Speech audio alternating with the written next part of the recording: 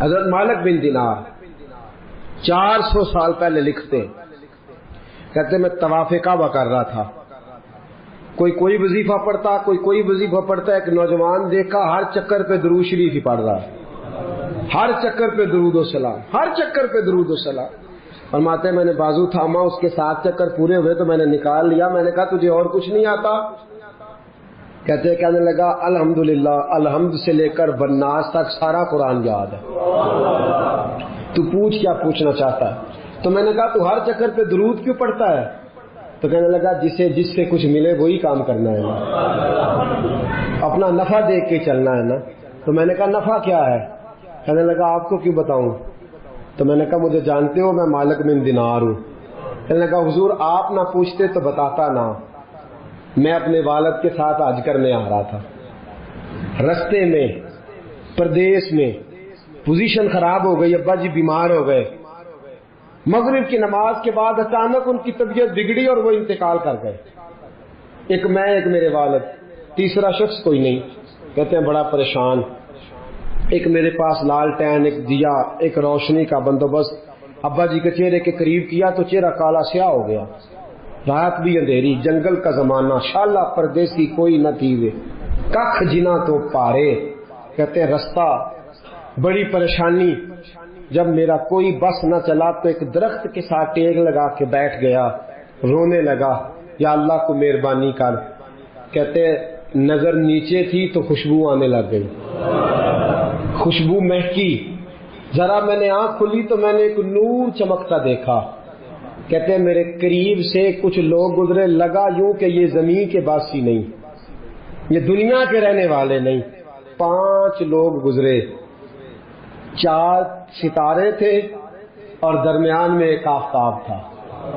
کہتے ہیں وہ گزرے، میرے قریب سے گزرے تو میں کھڑا ہوا، میں نے کہا کہیں جا رہے ہیں، ان کے ارد گرد نور ہی نور۔ کہتے ہیں میں حیران ہوا کہ میرے باپ کی میت کے قریب جا کے وہ کھڑے ہو گئے، ایک نور والے، ایک روشنی والے، ایک خوبصورت مکھڑے والے نے، جو ان چاروں کے مجھے سردار لگتے تھے، انہوں نے جیسے ہی میرے ابا جی کے چہرے سے نقاب ہٹایا اور پھر انہوں نے میرے والد کے چہرے پہ ہاتھ پھیرا، ظلمت کو ان کے نور نے کافور کر دیا، جس پر پڑی نظر اسے بھی نور کر دیا۔ بعد مرن دے مکھڑا میرا ہو جاوے جے تازہ، سمجھ لینا محبوب میرے نیان پڑھیا جنازہ۔ فرماتے چہرے پہ ہاتھ پھیرا تو میرے باپ کا چہرہ نورون علی نور ہو گیا۔ فرماتے ہیں وہ اوپر کپڑا دے کے دوبارہ پیچھے کی طرف پلٹے تو میں قدموں میں بیٹھ گیا۔ توجہ ہے آپ کی؟ کہتے ہیں میں قدموں میں بیٹھا، میں نے کہا اس پردیش میں، اس دکھ میں، اس تکلیف میں آنے والوں کون ہو؟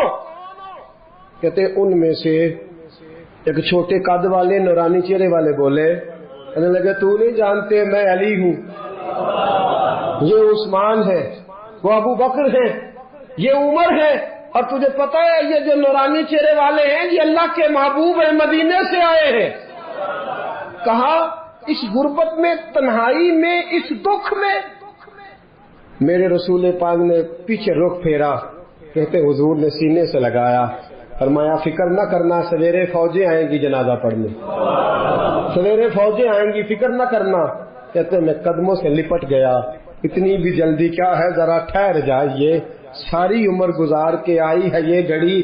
میں نے کہا محبوبہ مہربانی فرمائی، کرم نوازی فرمائی، حضور اتنی بندہ نوازی کی آئے ہو تو سونیا بتاؤ تو صحیح، آخر میرے باپ میں کیا ایسا تھا کہ ان دکھوں میں آپ آئے اور آ کے نور علی نور کر گئے، روشنیاں بانٹ گئے۔ میرے مرنے پہ ہر سو شور مچ جائے گا، دیکھو گے کہنے الوداع سرکار خود تشریف لائیں گے۔ کہا اس موقع پہ الوداع کہنے آئے ہو؟ تو فرماتے ہیں حضور نے فرمایا تجھے پتا ہے تیرا باپ ہر لمحہ مجھ پر درود پڑا کرتا تھا، ہر گھڑی سلام بھیجتا تھا، اس نے عمر بھر مجھے بھلایا نہیں، اس نے مجھے نہیں بلایا تو میں اسے کیسے بھول جاتا، اس نے مجھے نہیں بلایا تو میں کیسے بھول۔